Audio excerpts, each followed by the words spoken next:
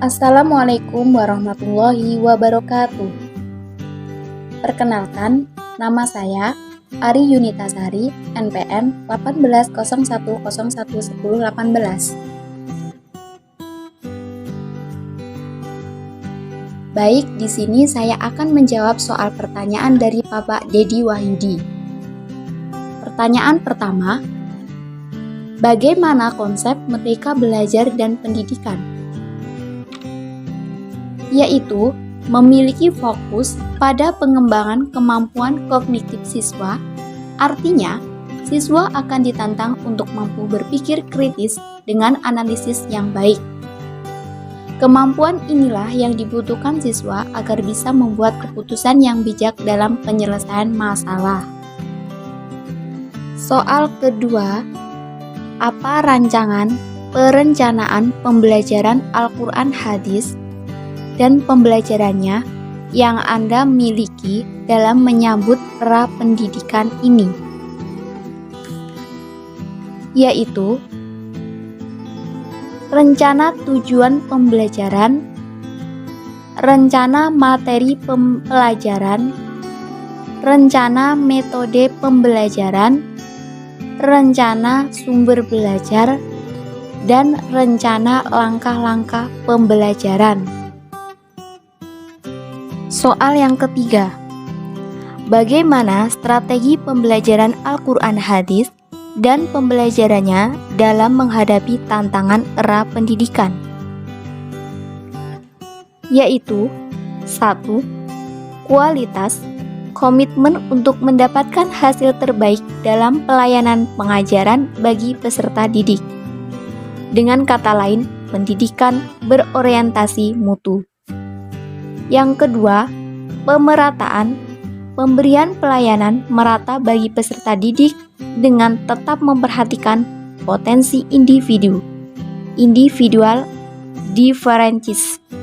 Yang ketiga, efisiensi dan efektivitas, efisien dalam penggunaan dana dengan sumber-sumber yang tersedia untuk mencapai keefektifan atau kualitas layanan terbaik dan merata bagi peserta didik, tanpa ada diskriminatif dalam segala aspek. Soal keempat, bagaimana pengembangan media pembelajaran Al-Quran Hadis dan pembelajarannya yang sesuai dengan era pendidikan?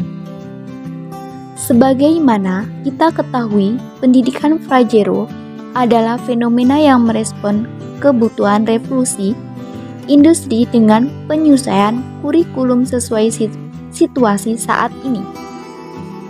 Kurikulum tersebut mampu membuka cendera dunia melalui genggaman. Contohnya, memanfaatkan Internet of Things.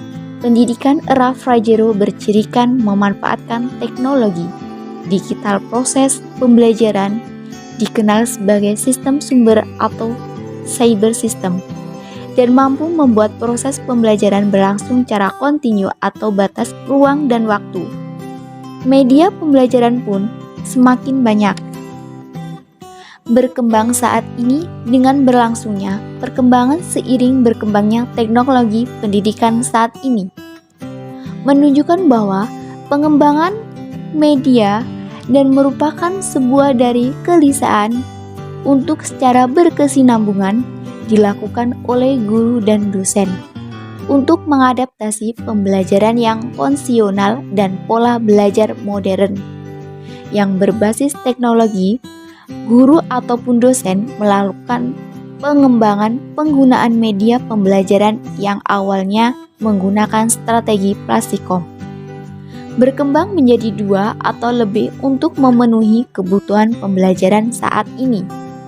Ada beberapa media pembelajaran yang dikembangkan lalu dapat digunakan sebagai media pembelajaran. Apalagi dalam kondisi pandemi saat ini, beberapa di antaranya memanfaatkan teknologi canggih seperti smartphone, di mana di dalamnya dapat diakses berbagai aplikasi yang dapat digunakan dalam pembelajaran. Contohnya, yaitu seperti Classroom, LMS, Google Meet, dan Zoom. Bahkan sampai aplikasi setting WA sekarang ini digunakan alternatif dalam pembelajaran daring. Soal yang kelima, apa pendapat Anda yang tentunya didukung dari berbagai teori yang kuat terkait evaluasi pembelajaran Al-Quran hadis dan pembelajarannya dalam suasana yang berdampingan dengan COVID-19. Berbicara tentang evaluasi dalam suasana COVID, saya jadi teringat. Dalam kegiatan pembelajaran daring, ternyata ada suatu hal yang hilang dari kegiatan tatap muka dan tanpa kita sadari, yaitu kegiatan pembelajaran. Kehilangan filter seorang guru, kualitas belajar antara murid dan peserta didik menjadi perlahan luntur. Guru yang mengajarkan tatap muka biasanya bisa mengetahui bagaimana peserta didik tersebut. Memahami sebagai materi dengan dialog, melihat lirik wajah atau dengan pertanyaan langsung. Yang itu semua tidak bisa dilakukan dengan pembelajaran daring. Kondisi ini juga didalam oleh peserta didik yang menerima materi pembelajaran yang terkesan kaku karena peserta didik hanya membaca mendengar tanpa kesempatan. Leluasan untuk dialog aktif tidak hanya untuk pembelajaran daring sebagai cerminan mereka belajar menjadi peserta didik, menjadi terkesan terlantar belajar evaluasi selanjutnya pembelajaran daring.